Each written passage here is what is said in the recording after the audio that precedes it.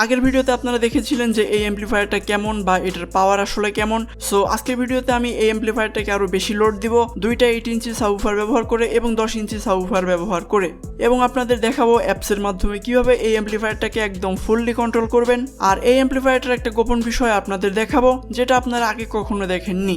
এখানে আসলে একটা মেমোরি আছে এবং এখানে আপনি আপনার ইচ্ছে মতো সেটিংগুলো সেভ করে রাখতে পারেন।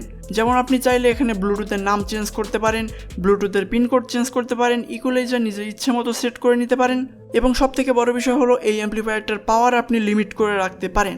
সো চলুন ভিডিওটি শুরু করি। আর আপনি যদি আমার চ্যানেল নতুন হয়ে থাকেন তাহলে please hit the subscribe button. So যারা এই অ্যাম্পলিফায়ারটির প্রথম ভিডিও দেখেননি তাদের জন্য বলছি, এটা হলো Uzi audio ZK-502C plus app supported একটা হাইফাই অ্যাম্পলিফায়ার। আর হাইফাই বলতে কিন্তু সত্যি হাইফাই, এটার সাউন্ড কোয়ালিটি এবং পাওয়ারও এক কথায় অসাধারণ। আর এখানে যে আইসি ব্যবহার করা হয়েছে সেটা হলো 100 ওয়াটের স্টেরিও TPA3116 অরিজিনাল ইম্পোর্টেড একটা আইসি। সো চলুন কানেকশনগুলো করে ফেলি এবং প্রথমে 8 ইঞ্চি সাবউফার দিয়ে সাউন্ড টেস্ট করব এবং পরবর্তীতে 10 ইঞ্চি ইউজ করব।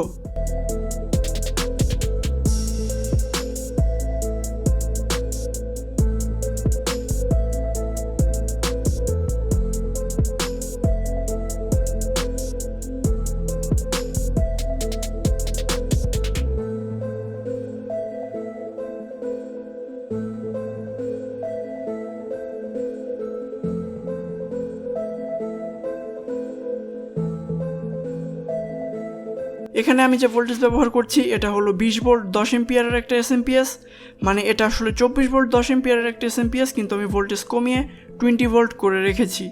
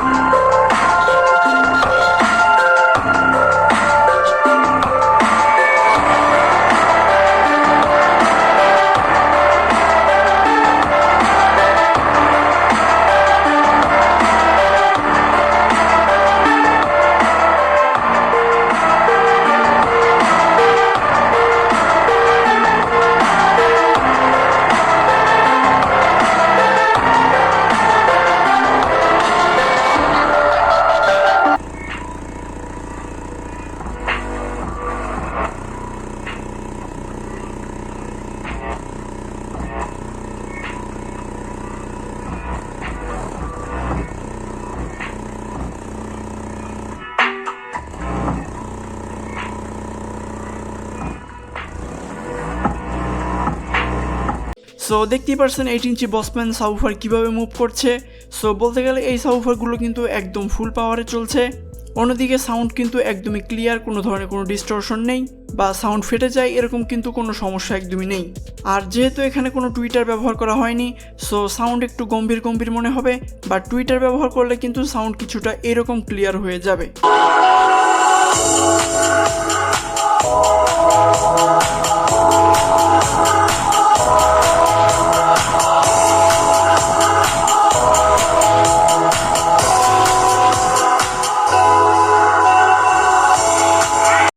সো চলুন এবার আমরা 10 ইঞ্চি সাবউফার দিয়ে টেস্ট করে দেখি। আর এই স্পিকারটা কিন্তু ভোকালের জন্য একদমই ভালো না, আর এই স্পিকার থেকে ভোকাল আসলে তেমন একটা বের হয় না। সো বলতে গেলে এই 10 ইঞ্চি সাবউফারটা কিন্তু একদম বেজের জন্য পারফেক্ট। সো ভোকাল কিন্তু তেমন একটা ক্লিয়ার না। সো এই স্পিকার থেকে ভোকাল আসলে খুব একটা ভালো শুনতে পাবেন না, বাট স্পিকারের আপ ডাউন দেখে বুঝতে পারবেন অ্যাম্পলিফায়ারের পাওয়ার কতটা আছে।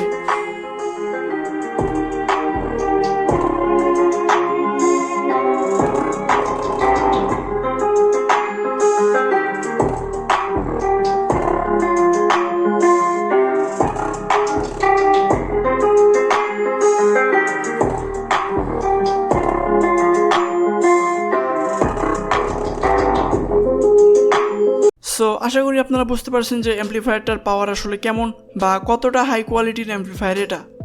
চলুন এবার আমরা এই অ্যাম্পলিফায়ারটার অ্যাপসের কন্ট্রোলগুলো একবার দেখে নেই। সো এই অ্যাপটা ডাউনলোড করার লিঙ্ক আমি ডেসক্রিপশন বক্সে দিয়ে দিব, আপনারা চাইলে ওখান থেকে ডাউনলোড করে নিতে পারেন বা গুগলে সার্চ করেও ডাউনলোড করে নিতে পারেন। অ্যাপটা ডাউনলোড হয়ে গেলে নর্মালি এটা ইনস্টল করে নেবেন। প্রথমেই আমাদের ফোনের ব্লুটুথ অপশনটা চালু করতে হবে। এবার আমাদের চলে যেতে হবে অ্যাপসের ভিতর। এখানে দেখতে পাচ্ছেন প্রথমে আমাদের এগ্রিতে ক্লিক করে নিতে হবে, দেন লোকেশনে এবং স্টোরেজে অ্যালাউ করে দিতে হবে। দেন এখানে যে টিপের অপশনটা আছে এটা আমরা ক্যান্সেল করে দিব। এখানে দেখতে পাচ্ছেন ব্লুটুথে কিন্তু আমাদের অ্যাম্পলিফায়ারের নামটা শো করছে। সো এখানে ক্লিক করে আমরা পেয়ার করে নিব এই অ্যাম্পলিফায়ারটা।